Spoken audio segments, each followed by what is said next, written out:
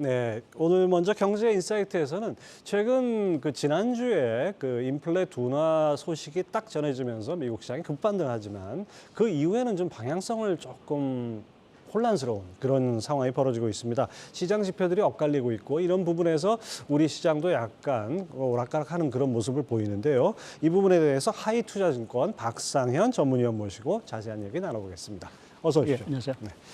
자, 먼저 10월 소매 판매 지표가 나왔는데 예상치를 상회했어요. 예. 뭐 이 면면부터 좀 살펴주시죠. 예, 뭐 말씀하신 대로 상당히 이제 소비 경기에 대한 우려가 사실은 컸고요. 또 최근에 미국 주가를 보게 되면 뭐 타깃이라든지 월마트라든지 뭐 메이시스 뭐 업종 약간의 좀 차이는 있긴 하지만 다소 좀 엇갈린 또 주가 반응을 좀 보이고 있고요. 근데 결론적으로 말씀드려서 이 10월 소매 판매를 보게 되면 미국 소비가 여전히 견조하다라고 좀 평을 할 수 있을 것 같고요. 특히 저희가 자동차하고 이제 가스 부분을 제외한 저희가 코어 소매 판매라고 하죠. 이것이 시장 예상치를 크게 상회하는 전월비 0.9%를 좀 기록했는데 왜 이렇게 미국 소매 판매가 좋은가? 예. 뭐 우리가 뭐 소비 심리도 미국 보게 되면 이제 거의 뭐 바닥권에 있고 뭐 기름값도 오르고 금리도 오르는데 이렇게 오르는 이유가 뭔가라고 이렇게 짚어보면 결국 중요한 건 고용 시장인 것 같습니다. 예. 그러니까 고용 시장이 여전히 뭐 흔들리지 않고 있는 상황들이기 때문에 그 부분에서 우려는 있지만 소비 경기가 여전히 지탱이 되는 것 같고요.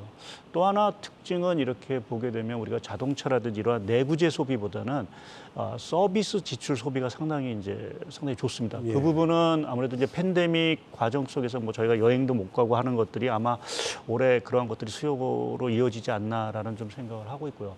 그래서 그러한 측면에서 보게 되면 좀 뭐 이제 앞으로 주택 경기도 안 좋고 해서 이제 소비 경기가 둔화가 되긴 하겠지만 그렇게 우려보다는 아주 그렇게 급격히 둔화가 되지는 않을 수 있다. 그것은 결국 미국 경기 사이클에 있어서 상당히 좀 하방 경직성을 좀 높여줄 수 있는 중요한 근거가 되지 않을까 좀 생각을 하고 있습니다. 네. 시장에서는 오히려 연준이 금리 인상이라는 찬물을 끼얹었으면 그동안 달아올랐던 뭐 소비, 고용, 인플레라든지 이게 좀 가라앉길 바랬는데 오히려 지금 아주 견조한 모습이다 그러니까 시장도 좀 갈팡질팡하는 것 같아요. 최근 주식시장 흐름 특징 어떻게 보십니까? 예, 최근 이제 좀 이런 표현이 맞을지 모르겠지만 미 연준 인사들하고 금융시장하고 약간 동상이몽 같은 예. 모습을 좀 보이고 있습니다. 그러니까 저희가 지난달에 얼마 전 이제 10월 이제 소비자 물가를 보면서 이제 피봇이 되고 미국 금리 인상 사이클이 이제 좀 종료가 이제 다가오는 예. 것이 아닌가라는 게 금융시장으로 이제 그래서 환호를 좀 했던 것 같고요. 아마 그 부분에 있어서 연준 입장은 조금 주식시장이 너무 선반영을 하는 것 같다라는 조금 경고의 목소리를 네. 조금 저는 좀 주고 있다라고 좀 보고 있고요. 거기에 금방 말씀드렸지만 미국 소매 판매도 사실은 양호한 상황들이고 더더구나 이제 미국 4분기 성장률에 대해서 그 미국 애틀랜타 연준에서 이제 그때그때 발표하는 지표를 가지고 이제 추정을 하는 게 있습니다. 그걸 보면은 미국의 4분기 성장률이 전기 비연율 4.2%로 지금 예상을 하고 있거든요. 예. 11월 17일 기준으로. 그럼 여전히 이제 경기가 상당히 좀 강하다라는 부분이죠. 그래서 연준 입장에서는 너무 시장이 이러한 연준의 정책에 좀 앞서가는 부분에 있어서 사실은 조금은 좀 진정을 좀 시킬 수도 있는 필요가 있다.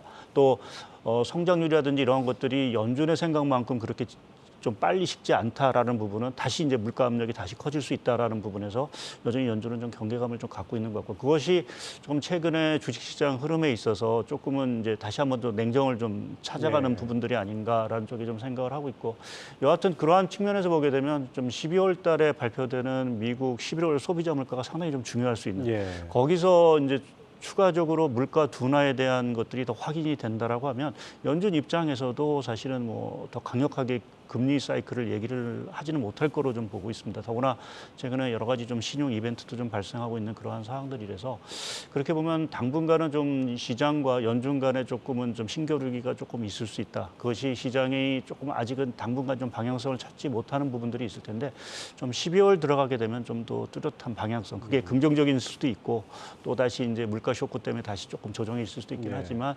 전체적으로 좀 긍정적으로 방향으로 갈 수 있는 어떤 그러한 사항들은 좀 전개가 되지 않을까 좀 보고 있습니다. 시장과 연준이 동상이몽이라고 표현하셨는데 한 가지 지표를 놓고 같은 지표를 놓고서 서로 정반대로 보는 것 같아요. 예. 아마 기대치가 거기 반영돼 있지 않나 싶은데요. 자, 자, 그리고 최근 G20 정상회담을 계기로 거기에서 또 미중 정상이 만났는데 무려 3시간을 회담을 했던 아주 인상적이었는데요. 그래서 미중 간 긴장감이 좀 완화되지 않을까 이런 기대도 있는데 중국이 다소 좀 누그러진 것 같아요. 이것이 중국의 경기 부진하고 좀 연관이 있다고 봐야 될까요? 예, 일정 부분 영향이 있다라고 봐야 될 것 같고요.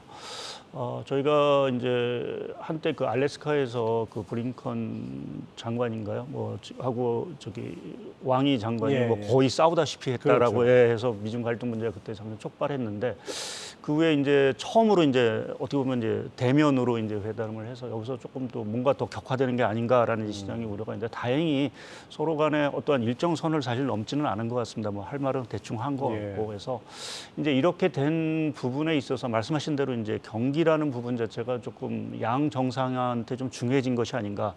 그동안은 바이든 대통령은 여하튼 중간 선거라는 부분에 어떤 정치적인 이벤트가 있었고 시진핑 국가주석은 집권 3기라는 또 정치적인 이벤트가 있었기 때문에 그 부분에서 뭐 경제보다는 사실은 그 정치 이벤트 자체를 어떻게 잘 이제 넘어가고 그렇죠. 또 이제 잘 집권 상기를 마련하느냐라는 부분이 더 중요했기 때문에 어떻게 보면 갈등 관계를 사실은 더 부추겼을 부분도 있는데 여하튼 양쪽이 다 어떻게 보면 좀 성공적인 어떤 정치 이벤트를 좀 넘은 상황들이기 때문에 그렇게 보면 향후에 있어서의 가장 중요한 문제 뭐 바이든 대통령이 재선에 나설지 안 될지 아직 뭐 저희가 판단하기는 어렵지만 재선에 나온다라고 하면 이제는 챙겨야 될 건 당연히 경제인 상황들이고요.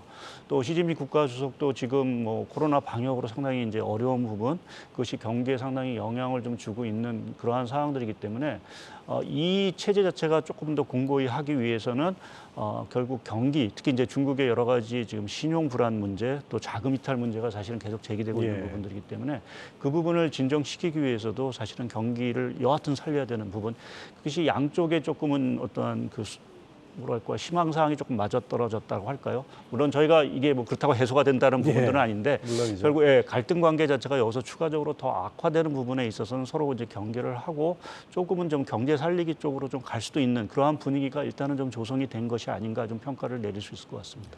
뭐 미중 지도자들도 사실 사람인지라 예, 예. 어떻게 보면 약간의 동병상련 아닌가 생각도 맞습니다. 듭니다. 예. 자, 하지만은 중국의 코로나 확산세 뭐 우리하고 비교하면 얼마 안 되지만은 뭐 10,000명을 넘어갔다 이러면서 이달 들어서도 뭐 특히 광저우 지역이 봉쇄 들어간다 뭐 이런 것 때문에 뭐 난리가 나고 그러지 않았습니까?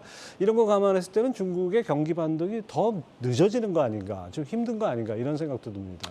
예, 맞습니다. 그 지금 10월 달 지표 중에서 가장 눈에 띄는 게 이제 소매 판매가 전년 동월비로 이제 감소세로 전환될까. 그러니까 그래도 뭐 7, 8, 9월은 이제 플러스를 전환을 했는데 10월 달에 이렇게 소매 판매가 감소세로 전환됐다. 특히 이제 10월은 중국이 이제 국경절이라는 큰 명절이 그렇죠. 있어서 명절이라기보다는 이제 큰 행사가 이벤트가 있는 달이라서 항상 이제 좋았던 달인데 10월 달에 이렇게 소매 판매가 안 좋은 부분은 이 코로나 확산세. 말씀하신 대로 오늘 업데이트를 해보면 중국의 지금 신규 코로나 확진 수가 일일 한 2만 4천 명 정도가 나오고 있습니다. 그러니까 지금 상하이 봉쇄 당시가 한 3만 명이 피크였으니까 아마 이번 그 유행은 아마 3만 명을 넘을 수도 있지 않겠느냐라고 좀 생각을 하는데 이제 이렇게 코로나 확산세가 지속이 되다 보니까 당연히 이제 소비 경기, 뭐 사람이 결국 이동할 수 없다라는 부분에서 소비 경기 자체가 상당히 얼어붙은 부분들이고요. 그렇게 보면 4분기 중국 성장률 자체가 상당히 위협받고 있다. 그러니까 10월 달 지표도 그런데 11월도 사실은 그렇게 보면 네.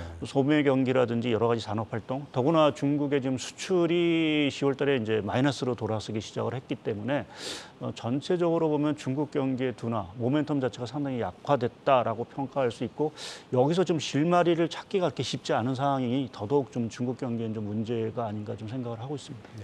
뭐 카타르 월드컵이 이제 뭐 사흘 앞으로 다가와서 뭐 영상들이 많이 나오는데 보면 아무도 마스크를 안 쓰고 있습니다. 그리고 뭐 우리나라도 사실 실내 마스크는 쓰지만은 밖에서는 뭐 그거에 대한 제약이 없는데 중국도 좀 생각을 바꿔야 되지 않나 싶은데 그래서 최근에 중국의 그 제로 코로나 봉쇄가 좀 완화될 것이다라는 기대가 컸지 않았습니까? 근데 이것도 상당히 좀 늦어지는 거다 아니면 수포로 돌아가는 거다 뭐 이런 얘기도 우리가 생각해 봐야 될까요? 일단 제 개인적으로는 완화는 불가피할 것 같습니다. 그러니까 지금 말씀드린 대로 지금 중국의 경기 상황, 뭐 올해야 뭐 그렇다고 치다 하더라도 내년까지 이러한 그 경기 부진이 이어진다라고 하면 지금 뭐 우리가 부동산 침체라든지 이런 것들이 더 심화될 수밖에 없고 그것이 중국의 저성장 압력을 더더욱 높일 수 있는 부분들이기 때문에 일정 순간에는 좀 풀어야 되는 부분들이고 아무래도 그 시점은 우리가 뭐 시장은 조금 이제 기대감이 좀 앞서간 것 같은데 내년 3월이 결국 전인대회가 기점이 아닐까라는 쪽에 좀 저는 생각을 하고 있고요. 예. 이제 그렇게 되려면은 아마 12월 달에 아마 그 중국이 내년도 경기 정책 방향과 관련한 여러 가지 회의가 이제 개최가 이제 늘 있어 왔고 올해도 있는 부분들이기 때문에 아마 그러한 그 회의 쪽에서 아마 완화에 대한 어떤 시그널들이 좀 구체적으로 나오지 않을까라는 좀 생각을 하고 있고요. 아무래도 좀 겨울철이 좀 지나야 뭐 중국도 유행이 좀 진정이 될 수 있는 부분들이어서 내년 3월 정도 아무래도 조금 제로 코로나 완화에 대한 또 최근에 보게 되면 뭐 중국 내 단체 관광은 허용하고 하는 이런 분위기가 예. 좀 되고 있어서 그렇게 보면 좀 내년 3월부터는 좀 완화가 되지 않을까 좀 기대를 좀 걸고 있습니다. 자, 뭐 좀 아무래도 좀 기다려 봐야 될 것 같은 느낌이 드네요. 자, 이런 중국의 뭐 여러 가지 우려에도 불구하고 중국 금융시장은 최근엔 좀 안정세인 것 같습니다. 미중 긴장 완화가 중국 그 경제에도 뭐 영향을 상당히 다방면으로 미칠 수 있겠죠. 예, 뭐 말씀하신 이제 미중 갈등 문제 자체가 더 불거지지 않았다라는 게 일단은 좀 호재로 좀 작용한 것 같고요. 또 그 전에는 아무래도 이 코로나 방역과 관련된 부분, 그러니까 기대감이 상당 부분 이제 선반영된 부분들이 있고 또 한 가지 가장 중요한 거는 중국 주식 시장이라든지 또 위안화 가치 자체가 너무 떨어졌다라는 예. 부분에서 아마 조금은 이제 뭔가 좋지만 나오면 이제 좋아질 수 있다라는 기대감이 뭐 홍콩 증시라든지 본토 증시 위안화에 사실은 좀 반영이 된 거로 좀 보고 있습니다. 그래서 거기에 이제 계속 강조드리는 미중 정상회담에서 뜻밖의 뭐 별다른 다툼이 없었다라는 부분 자체가 일단은 시장의 어떤 반등을 좀 이끌 수 있고 그렇게 보면 내년 들어가서 말씀드린 뭐 제로 코로나 방역 정책도 있고 지금 보게 되면 사실상 중국이 저는 레임덕 상태가 아닌가. 그러니까 지금 리커창 총리가 예. 있긴 하지만 사실은 이제 3월에 물러나야 되는 경제 부분. 부분에 예, 관해서는, 그래서 예. 그럼 새로운 총리가 되고 나서 뭔가 새로운 정책 기조라든지 방향이 있는 부분들에서 아마 그 부분에 대한 기대감 자체가 조금씩은 슬슬 들어온 부분들이 아닌가라는 쪽에 좀 생각을 하고 있고요. 그렇다고 해서 뭐 중국 증시가 여기서 뭐 추세적으로 반등한다라고 좀 말씀드리긴 조금 어려웠고 일단 바닥을 타진하는 어떤 시점이다. 다만 우리가 좀 더 봐야 될 거는 여전히 중국 경기가 좋아질 거냐. 그것은 앞으로 나올 여러 가지 정책 방향에 상당히 달려 있기 때문에 그 부분에 저희가 조금은 더 주시를 하면서 중국 증시를 좀 봐야 될 거로 보고 있습니다. 그렇죠. 지금 레임덕 기간이라고 보는 게 아주 적절한 것 같습니다. 지금 뭐 새로운 총리가 아직 누군지는 대충 우리가 짐작을 하지만은 임명이 되지 않은 상태에서 무슨 경제 정책을 편다 이거는 좀 어불성설인 것 같고요. 자, 이런 분위기가 어떻게 보면 우리 시장의 수급 개선에 좀 도움이 됐던 차이나런에도 영향을 미치는 거 아닌가 이런 생각도 듭니다. 예, 이 부분에 있어 사실 저도 좀 많은 고민이 좀 있는데요. 사실 저도 뭐 지난달에 이제 차이나런 역설이라고 해서 이제 뭐 중국 비중이 줄어오면서 우리나라 이제 주시장으로 자금이 들어올 거다라는 이제 말씀을 좀 드린 바 있고 또 실제로 뭐 다들 아시는 것처럼 일부 연기금에서 중국 비중을 낮추는 모습도 예. 다시 확인됐고 또 채권 시장에서 보게 되면 채권 시장에서 중국에서 자금이 계속 빠져나오고 있습니다. 공교롭게 거기에 우리나라가 이제 9월달에 그 WGBI라고 하죠. 세계 국채 지수의 편입 이제 워치 리스트 그거로 들어가면서 공교롭게 그거에 맞으면서 사실은 또 외국인 자금, 중국에서 빠져난 자금이 일부는 사실은 또 국내로 들어온 것이 아닌가라는 쪽에서 보면 소위 차이나런에 관련된 수혜를 사실은 조금 저희가 본 것은 분명합니다. 근데 이게 지속이 되느냐라는 부분은 조금은 이제 상당 부분 또 자금이 또 들어온 부분들이 있어서 뭐 차이나런만 가지고 외국인 자금이 들어오기는 사실은 좀 쉽지 않은 상황으로 좀 봐야 될 거로 좀 보고 있고 더구나 전에 뭐 미중 갈등 문제 뭐 말씀을 드렸지만 미중 정상회담을 개최로 해서 오히려 대만 증시라든지 이런 것들은 강하게 반등을 했거든요. 그러니까 지정학적 리스크 자체가 조금 완화가 됐다라는 그렇죠. 거죠. 이제 그 부분은 오히려 좀 또렷하게 보면 우리나라 수급에 외국인 수급에는 또 부정적일 수 있는 부분들이 있어서 이 부분에 있어서 물론 중장기적으로 저희가 수혜를 볼 수 있는 부분은 분명히 있습니다. 근데 그것이 뭐 전방위적으로 우리나라 외국인이 그렇다고 공격적으로 들어온다라고 얘기할 수는 없고 아마 업종별로 그러니까 우리가 조금 미국과의 어떤 공급망이라든지 이러한 쪽에서 수혜를 볼 수 있는 쪽은 좀 꾸준히 들어올 수 있는 부분들이고 또 중국 경기 이러한 것들이 또 반등하면 또 그 분위기가 조금 진정될 수 있기 때문에 이거는 여러 가지 중국 상황이라든지 또 대내외 여러 글로벌 경기 뭐 여러 가지 정치 상황이라든지 이러한 것들을 좀 종합적으로 보면서 좀 판단해야 될 문제가 아닌가 좀 보고 있습니다. 예. 자, 그렇다면 우리 투자자 여러분들 입장에서는 이 미중 긴장 완화 무드를 염두에 두고 어떤 데 초점을 맞춰서 봐야 될까요? 예, 뭐 미중 무역 갈등, 뭐 점차 기술 패권 완화가 된다라고 하면 정말 좀 호재죠. 아무래도 중국 경기 자체가 그렇게 반등을 할 수 있는 부분이고 지금 특히 이제 우리나라 같은 경우도 이제 IT 반도체 업황 자체가 상당히 부진을 한데 특히 10월 달 수출을 보면 대중 반도체 수출이 거의 마이너스 20% 정도 이제 나오는 상황들이거든요. 그러니까 우리나라는 중국 없이는 사실은 이렇게 잘 살아가기가 쉽지 않은 구조인 부분들에서 미중 간의 어떤 이러한 갈등 완화 이러한 부분은 분명히 호재일 수 있는 부분들이고 그래서 이 부분이 계속 지속이 될자라는 부분은 앞으로도 이제 뭐 계속 왕래가 있느냐 또 어떤 대화가 있느냐라는 부분을 좀 봐야 될 부분들인 것 같고 그리고 이제 제가 하나 좀 강조드리고 싶은 거는 내년도 제가 경제와 관련돼서 이제 하나 이제 제목을 쓴 것 중에 하나 대탕트라는 이제 제가 썼는데 화해란 뜻 아니에요? 예, 그러니까 그게 지금 이제 미중 뭐 이런 것도 좀 화해 무드로 가는 부분 가야 되는 거고 뭐 다행스럽게 최근에 보면은 러시아 우크라이나 전쟁도 약간은 이제 정전에 대한 얘기들이 슬슬 그런 이제 얘기가 나오기 조금씩 시작했어요. 이제 나오기 시작을 했고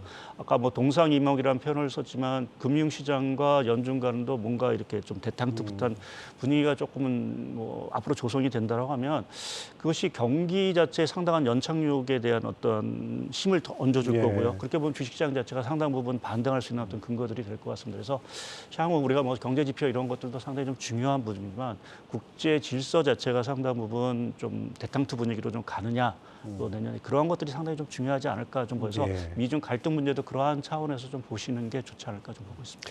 그리고 이제 끝으로 하나 더 질문을 드릴게 좀 요즘 시장을 볼 때 좀 찜찜한 구석이 미국의 그 FTX 가상자산 거래소 FTX가 완전히 이게 무너진 지경이 왔습니다. 이것이 그 위원님께서는 이게 바로 연준의 공격적인 금리 인상에 따른 신용 이벤트를 보셨는데 그 근거가 어떤 겁니까? 예, 뭐 아무래도 이제 가상화폐 시장 자체가 이제 허물어지기 시작한 게 미국이 이제 금리 인상 사이 공격적으로 나온 부분에서부터 시작을 했고요. 그거는 이제 가상화폐 시장이 뭐 여러 가지 뭐 긍정적인 부분도 있지만 또 한편에서 보면은 이러한 레버리지 를 통해서 사실은 투자를 하는 투기적인 어떤 매수 이런 것들이 상당히 좀 많았다라는 부분 그러한 부분에서 미국의 금리 인상 사이클이 뭐 성장주에도 상당히 악영향을 미쳤지만 이러한 가상화폐의 투기적인 어떤 심 자체도 상당히 소멸시키는 그러한 역할을 했다라고 보고 있습니다. 그래서 우리가 뭐 리만 사태도 그렇지만 항상 보면 부채 레버리지라는 부분 자체는 금리 인상에 있어서 상당히 이제 가장 피해를 받는 어떤 그러한 부분들이 아마 그것이 이번 같은 경우는 가상화폐 시장에 일단 온 것이 아닌가. 그래서 저는 금리 인상 사이클에 뭐 여러 가지 이제 신용 리스크가 있지만 가장 이번에 같은 경우는 첫 주자가 아마 가상 시장이 아니었나. 그것이 또 이런 FTX와 같은 거래소 뭐 이러한 부분이 결국 과도한 레버리지를 일으켜서 그것에 대한 지금 후폭풍을 맞고 있다. 그래서 신용 이벤트라고 사실은 좀 정리를 해봤습니다. 이게 증시에 영향을 안 미칠까요? 일단 아직은 좀 제한적으로 보고 있습니다. 왜냐하면 그 FTX 그 자산 규모 자체가 한 6천억 달러 정도, 500억 달러 정도 되는 상황들이기 때문에 과거 리만 사태 때 그 리만 브라더스 자산 규모가 6천억 달러가 넘었습니다. 그래서 한 10분의 1 정도 순이고 지금 가상화폐 시장의 전 세계 시가총액 자체가 한 8천억 달러 조금 넘습니다. 그래서 그렇게 보면은 그렇게 큰 규모는 아니기 때문에 아직은 그렇게 우려할 수준은 않다. 특히 이제 금융시장으로 전이라는 부분에 있어서는 아직 좀 제한적이라고 보는데 만약 이 사태가 우리가 또 다른 뭐 가상화폐 거래소가 아니라 관련 기업 뭐 이런 식으로 계속 연쇄적으로 이어진다라고 하면 사실은 그건 또 다른 이제 기업들의 리스크로 부채 리스크 또 신용 리스크로 전이가 될 수 있는 부분들이 있습니다. 그래서 그 부분을 과연 이제 연결을 끊느냐 여기서 차단이 되느냐 진행이 되느냐에 따라서 상황은 조금 달라질 수는 있는 부분들이 있는 것 같습니다. 근데 뭐 이전에 서브프라임처럼 서브프라임은 사실은 그 주택시장과 금융시장을 완전히 매개해주는 역할이었지만 이번 가상화폐 같은 경우는 그 정도의 어떤 지금 어떤 매개 역할은 하고 있지 않기 때문에 제한적으로 보고 있긴 하지만 그래도 향후에 여러 가지 조금은 신용과 관련된 리스크는 저희가 좀 주목을 해야 될 거로 보고 있습니다. 앞으로 지켜봐야 될 것이 상당히 많은 것 같습니다. 하이투자증권 박상현 전문위원 함께했습니다. 감사합니다. 예, 감사합니다.